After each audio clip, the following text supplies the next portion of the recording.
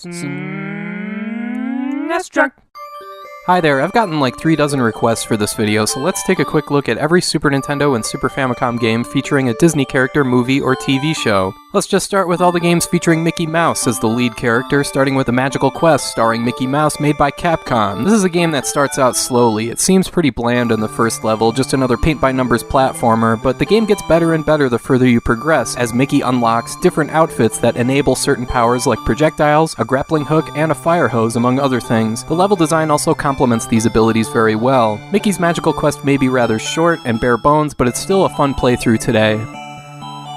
There's 2 sequels to that game, the first being The Great Circus Mystery starring Mickey and Minnie, and as the title suggests, this game is 2-player co-op, and that's really the only major difference from the first game. It's still 6 levels, and there's still 4 outfits you unlock and switch between as you play. This time around it's stuff like a vacuum cleaner and a hobby horse with a toy gun. The graphics and sprite animation are a bit better, and the settings are a bit livelier as well, so if you liked the first game, you're sure to like this one too, especially if you're looking for a decent co-op platformer.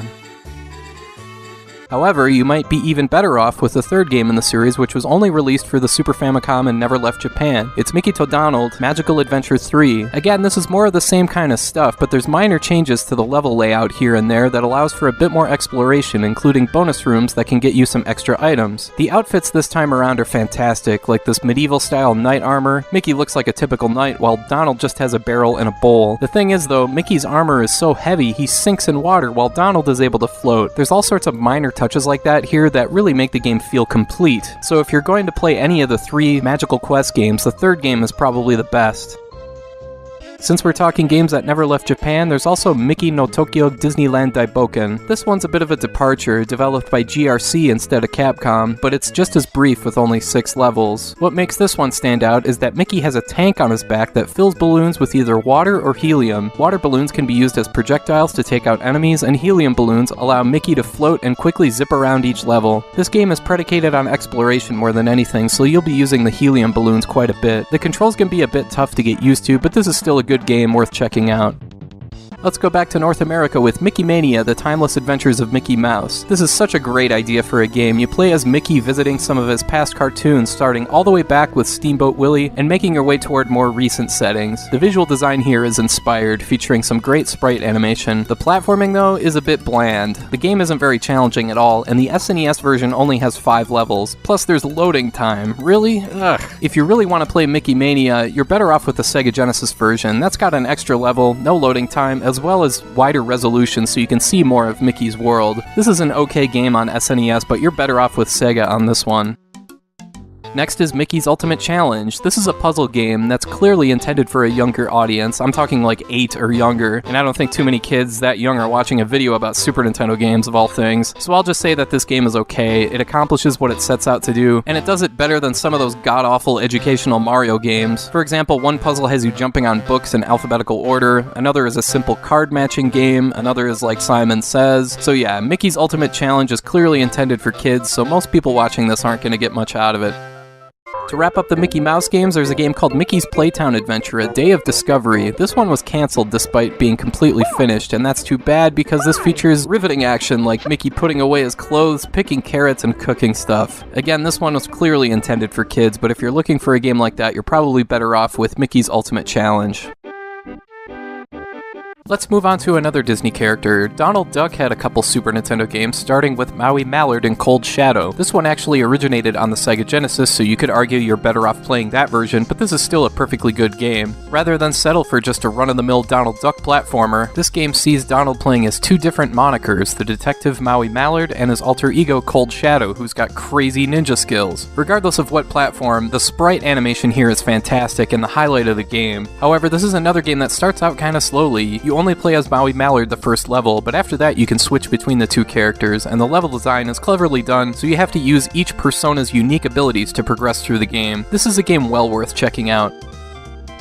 Donald Duck no Maho no Boshi is another Japan-only game for Super Famicom, and again, the sprite animation here is so good. I guess something about Donald brought out the best in artists and animators or something, I don't know. The gameplay here is a bit goofy, however. Each level has a different challenge. First you're on a bike delivering mail, next you're hopping around on a building ledge, washing windows, then you're retrieving a canary without waking up the guard dog. The idea is that you're working for money to buy Daisy Duck a new hat for her birthday. So yeah, the gameplay is pretty limited to say the least, but still, I can't help but admire how this game looks. It captures the Disney art style and movement so well, so if you're really into Disney or Donald Duck, then this is a game worth checking out. Alright, next let's just flip through the rest of the games in alphabetical order. These are mostly based on movies or TV shows, starting with Aladdin. This one is in a similar vein to the Magical Quest series, in that it's a pretty simple platformer that's very straightforward, not too difficult, and can be completed in one sitting in less than an hour. Go ahead and argue that the Genesis version is better. If that's your opinion, congratulations. The SNES version, though, is still perfectly fine, and Aladdin is a good playthrough featuring great-looking pixel art, varied settings representing unique platforming challenges, forgiving controls, and lots of hidden areas and bonus items to discover. Plus there's no sword. Get out of here with that sword stuff. Next, there's another Super Famicom release that never left Japan. It's Alice No Paint Adventure. And hey, check it out, it's a Mario Paint type game based on Alice in Wonderland. Well, kind of. The paint options are pretty limited. It's pretty much just a coloring book with some really easy mini-games thrown in. It is at least compatible with the SNES mouse. But hey, I can definitively tell you, this is a game that does in fact exist. Beauty and the Beast is yet another side-scrolling platformer. You'll find that to be a recurring theme in this video, and it's made by the same people who made the Judge Dredd and Stargate SNES games. This one is along those same lines. This is a thoroughly okay game, the biggest strength being the visual design and the great-looking backgrounds, and the biggest annoyance being how enemies appear out of nowhere so quickly that you barely have a chance to react. You play as the Beast and the game follows the story of the movie just fine, but yeah, this is your average movie-based platformer that's marred by the ridiculous difficulty level. Bonkers is a game I did a video on not too long ago. It's based off of the old Disney Afternoon TV show and was made by Capcom. However, it plays a lot like a Konami game, that being Tiny Toon Adventures Buster Bust Loose, because it has the same speed meter that allows you to sprint through stages and take out any enemies and obstacles in your way. There's 5 levels here with 2 stages each, and again, this is par for the course for Capcom Disney games. It's short, sweet, and well made, but don't expect too much because you'll finish the game before you know it.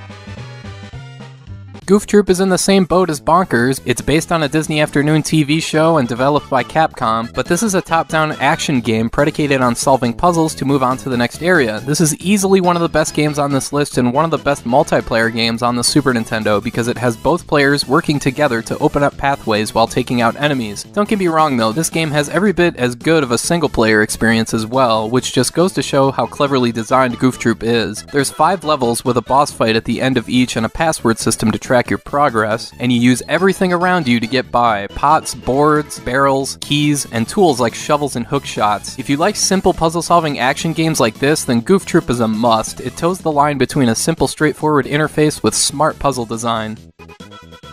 Back to the side-scrolling platformers we go with Jungle Book. You play as Mowgli as you climb vines, swing from vines, and climb more vines and swing from more vines. The levels are huge here, with the goal being to collect a certain number of gems, then finding a certain character placed somewhere in the level so you can progress with the story. This is yet another game that looks really good. The sprite animation is impressive, and overall the game accurately captures the spirit of the film. My main nitpick is the controls are pretty slippery and take some getting used to, but this is a perfectly okay game. I'd take it over something like Beauty and the Beast.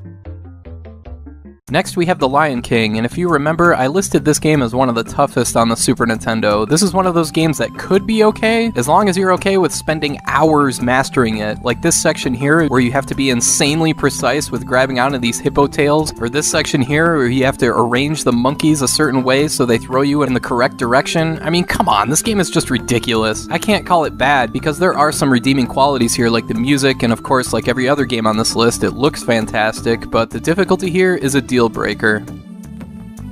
Pinocchio is yet another side-scrolling platformer, but this game is actually pretty dang good. I know I sound like a broken record saying this, but man, these Disney games have some great sprite animation. Well, I mean, it is Disney, of course the artwork is going to be great. This game has a very similar feel to it as stuff like Lion King and Mickey Mania, but it's not nearly as difficult as Lion King or nearly as bland as Mickey Mania. So this is one I can recommend. It's a very short game, but it's decent enough for a single-player platformer. Timon and Pumbaa's Jungle Games is, of course, based on the two comic relief characters from The Lion King, and this game appears to have been created solely to cash in on their popularity, because all this game is 4 mini-games: pinball, a gallery shooter, a Frogger ripoff, and a Space Invaders kind of game, where Pumbaa belches at incoming enemies. Each mini-game is fine, I guess, although the gallery shooter stage isn't that good. But yeah, it's just 4 mini-games, you're better off skipping this one.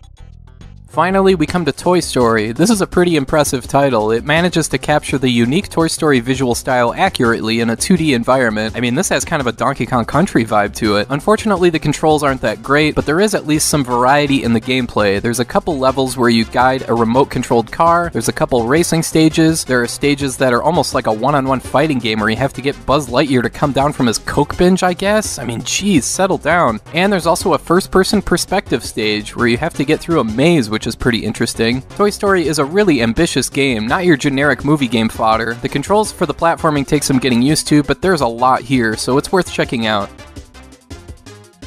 Alright, that's all of them. If I had to pick the 3 best in no particular order out of this list, I would go with Mickey to Donald, Magical Adventure 3, Goof Troop, and Aladdin, with Maui Mallard in Cold Shadow, and Pinocchio being a couple extra ones I would recommend checking out. And that's all for now. Thanks for watching, and I hope you have a great rest of your day.